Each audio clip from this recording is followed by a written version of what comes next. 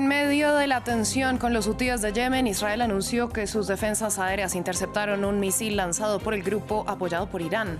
El lanzamiento se produce en respuesta al ataque israelí que dejó al menos 5 muertos el sábado en el puerto de Hodeida. Ampliamos desde Jerusalén.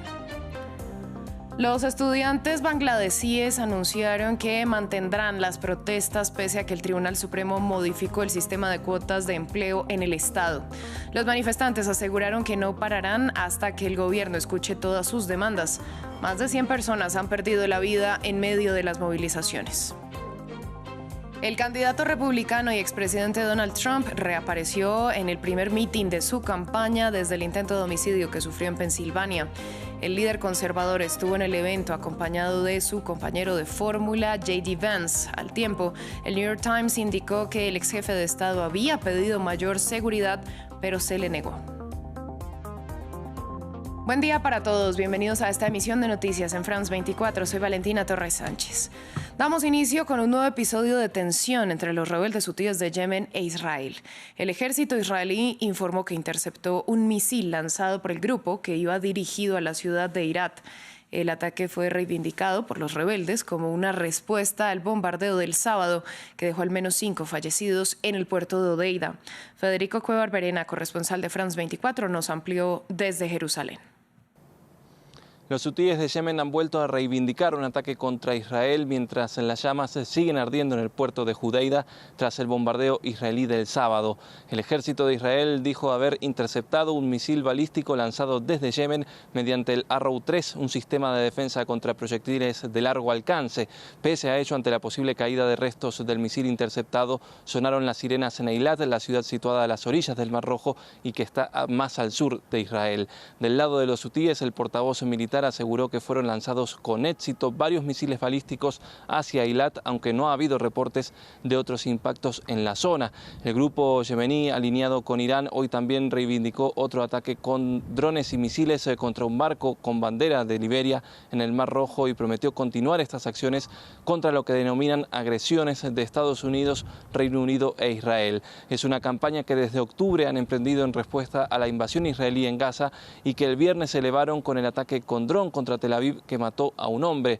A ello respondió ayer Israel con los bombardeos en el puerto de Hodeida, que según una actualización de fuentes médicas a Reuters registra al menos 6 muertos y más de 80 heridos de quemaduras. Esta mañana los bomberos seguían intentando contener las llamas, avivadas por los depósitos de combustible presentes en el lugar del ataque, que según Israel tenía como objetivo impedir la importación de armas para los hutíes desde Irán.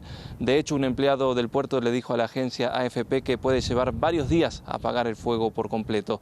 Mientras crece el miedo a una escalada regional del conflicto, Israel también ha bombardeado 2 posiciones de Hezbollah en el sur del Líbano y no ha cesado sus ataques en Gaza, donde solo en las últimas 24 horas ha matado a 64 palestinos. Vamos ahora a Bangladesh, donde el Tribunal Supremo anunció que modificó las cuotas de empleo gubernamental, pero pese a ello, los estudiantes indicaron que mantendrán las protestas en las calles hasta que el gobierno apruebe un proyecto de ley en el Parlamento que atienda sus demandas. Las movilizaciones iniciaron en contra de esas cuotas de empleo en el servicio público que bajaron del 30% al 5% para los familiares de los combatientes en la guerra de independencia y un 2% para las minorías étnicas y personas con discapacidad. Las familias de los más de 100 fallecidos en las movilizaciones lloran a sus muertos. Hugo Caro Jiménez nos amplía. Los familiares de las víctimas de las protestas en Bangladesh lloran a sus seres queridos. Las manifestaciones en el país llevan varios días y han dejado un saldo de muertes de más de 100 personas. Shahida Begum lamenta la pérdida de su sobrino. Mi sobrino era un niño inocente, porque lo mataron de una manera tan brutal. Era apenas un estudiante de nivel intermedio. La razón de las movilizaciones: los manifestantes piden el restablecimiento del sistema de cuotas que reserva el 30% de los cargos públicos para los hijos de quienes lucharon por la independencia de Pakistán en 1971, motivo por el cual las protestas han sido impulsadas por grupos estudiantiles, quienes ahora hacen frente a una dura represión policial y exigen un sistema basado en el mérito. Este gobierno ilegal está intentando desarraigar a los estudiantes. A cada momento llegan estudiantes heridos a este hospital. Ningún medio local está cubriendo esto adecuadamente. Según la agencia de noticias AP, las autoridades locales prohibieron los servicios de telefonía móvil e internet, por lo que varios medios de comunicación dejaron de funcionar. Al mismo tiempo, el gobierno del país decretó un estricto toque de queda este 20 de julio para sofocar la intensidad de los mortales enfrentamientos. Este sábado tuvo lugar el primer evento de campaña de Donald Trump luego de que sufriera un atentado el pasado 13 de julio y de que consiguiera oficialmente ser el candidato del Partido Republicano para la carrera por la Casa Blanca. Trump apareció en compañía de su compañero de fórmula J.D. Vance, quien criticó a Kamala Harris durante su intervención. De vuelta al ruedo. Este 20 de julio, Donald Trump llevó a cabo su primer evento de campaña desde que se oficializó su candidatura en la clausura de la Convención Nacional Republicana del jueves. Es también el primero tras el atentado que sufrió hace exactamente una semana, un elemento que marcó la intervención de Trump. No sé qué demonios es esto, este proyecto 2025. Está involucrado en el proyecto.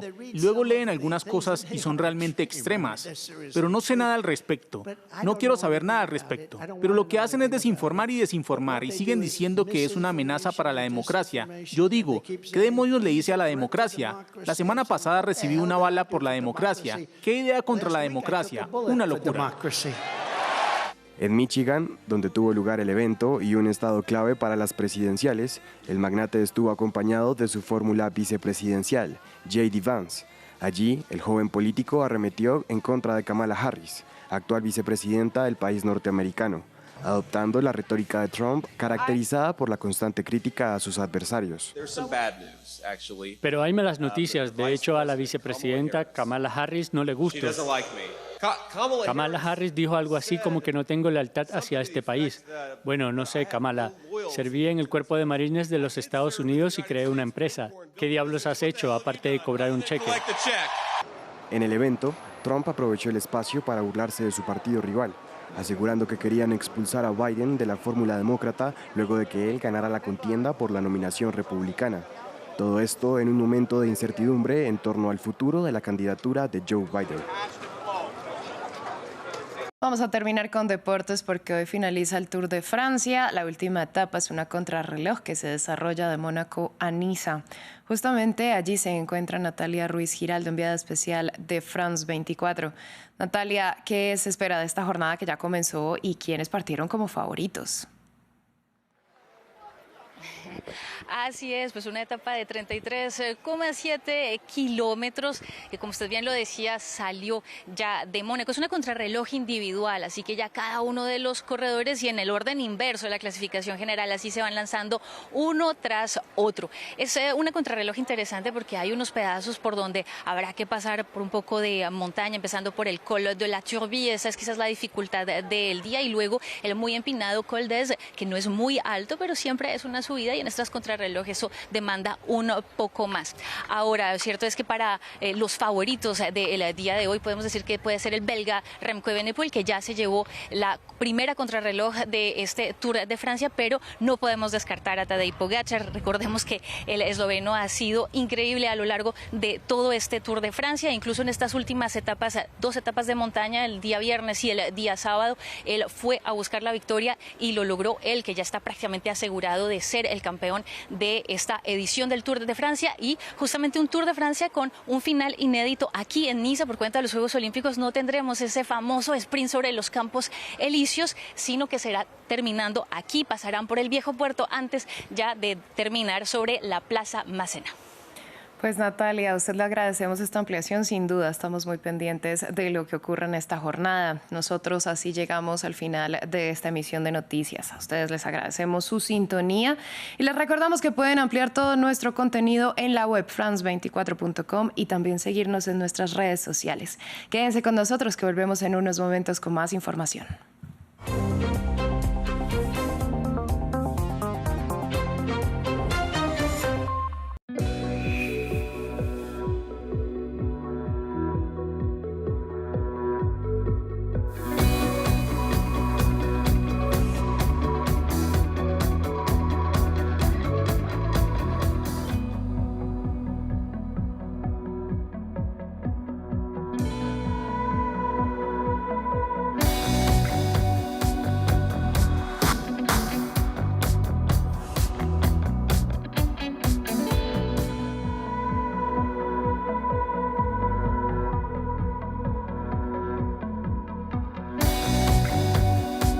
France 24, el arte en todas sus formas.